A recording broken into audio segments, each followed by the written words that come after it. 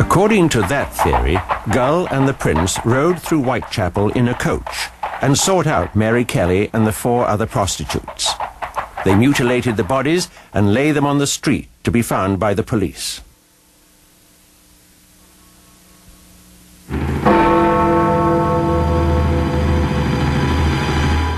The most recent theory involves a brilliant but strange young man, J.K. Stephen.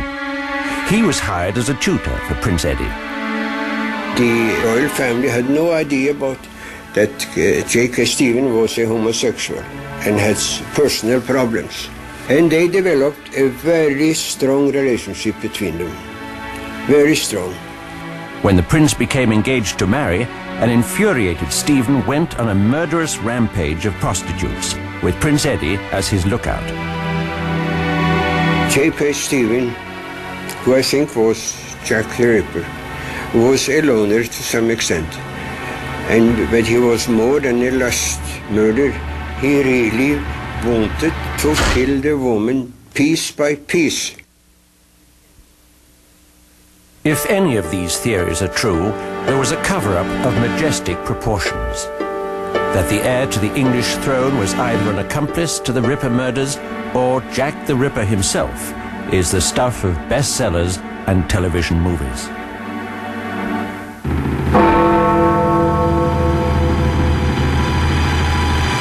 A few years ago, a diary surfaced that has caused much debate and great excitement. James Maybrick supposedly wrote that he committed the Ripper murders. James Maybrick was a Liverpool cotton merchant who died in 1889 and whose wife was convicted on very dubious evidence of having poisoned him.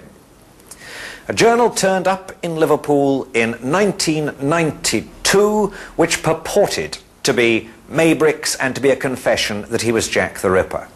Very few of us believe it. The diary is not in Maybrick's handwriting. There is internal evidence to suggest that it is not a genuine piece of work with knowledge of the murders, and an examination of the inks appears likely to show in the long run that it is definitely a modern forgery. He fails in too many ways. He just fails the test. But again, it's one of those tantalizing, every time you hear something new and you hear about a new possibility, you jump at it hoping, you know, this is the one. We're going to find out who he was. I think there is evidence about, but people don't always realise whether they've got, simply because the legends are taken over. The films blur the issue. I mean, I've been astonished at the number of people, for instance, they look at the Michael Caine film, Jack the Ripper, and say, oh, the mystery solved. It's not. I mean, the whole thing, about 99% of it is fiction. But for a lot of people, that's the solution to the case. So, therefore, if they do come across evidence, if they do come across documentation, they're not going to put it forward because they think the mystery has been solved. It hasn't. And that's one of the things we need to sort of get over, that we are still looking for the identity of Jack the Ripper.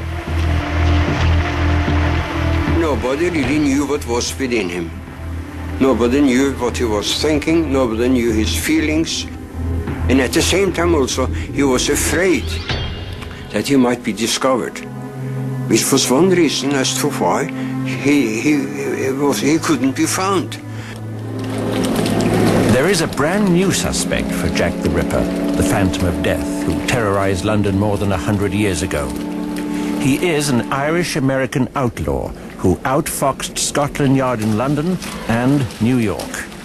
This American was at large in London at the time of the murders. The police were seeking him at the height of the murders. He was arrested after the Miller's Court murder, at which time, of course, the murders ceased. He escaped from England in early December 1888 and got back to America and was never arrested by Scotland Yard, despite the fact that they sent a team of detectives to America to try and catch him. A letter with an undisputed provenance is the source of this new information.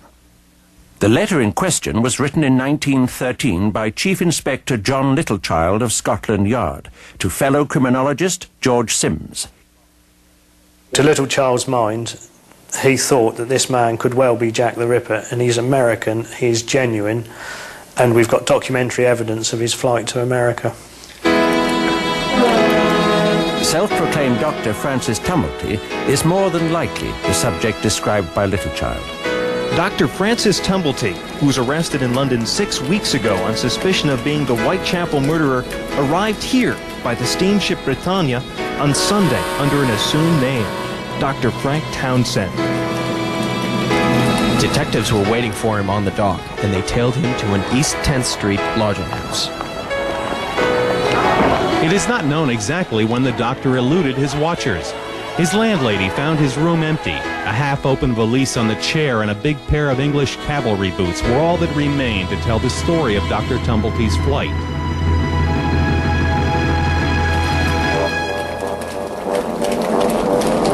Tumblety used many aliases. He may well have chosen the name Blackburn to purposely align himself with an infamous Dr. Luke Blackburn, a staunch Confederate and instigator of nefarious plots during the time of the Civil War. Dr. Tumblety, alias Blackburn, the person who was arrested in London a week ago as Jack the Ripper, was a well-known character in Brooklyn many years ago. In the 60s, he used to walk down the street in his uniform, accompanied by a big dog. April the 16th, 1865. President Abraham Lincoln was assassinated. Tumblety, possibly mistaken as the infamous Confederate Dr. Luke Blackburn, was arrested. This was the report Colonel Baker gave Washington about their prisoner.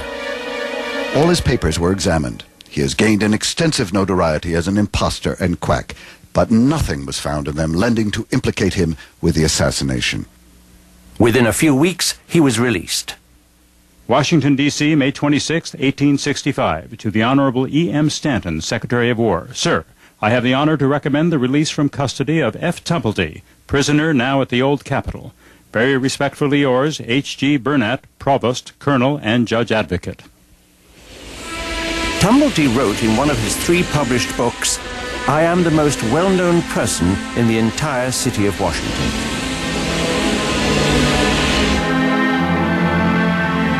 Who exactly was the man who kept an entire city in mortal fear, and the rest of the world on pins and needles waiting for his capture, waiting for a name to be put to him?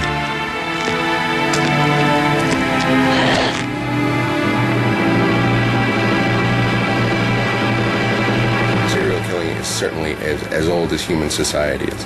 When you have a form of behavior that is so connected to the intimate details of childhood and family upbringing, so for as long as there have been children and families, there have probably been these kind of characters.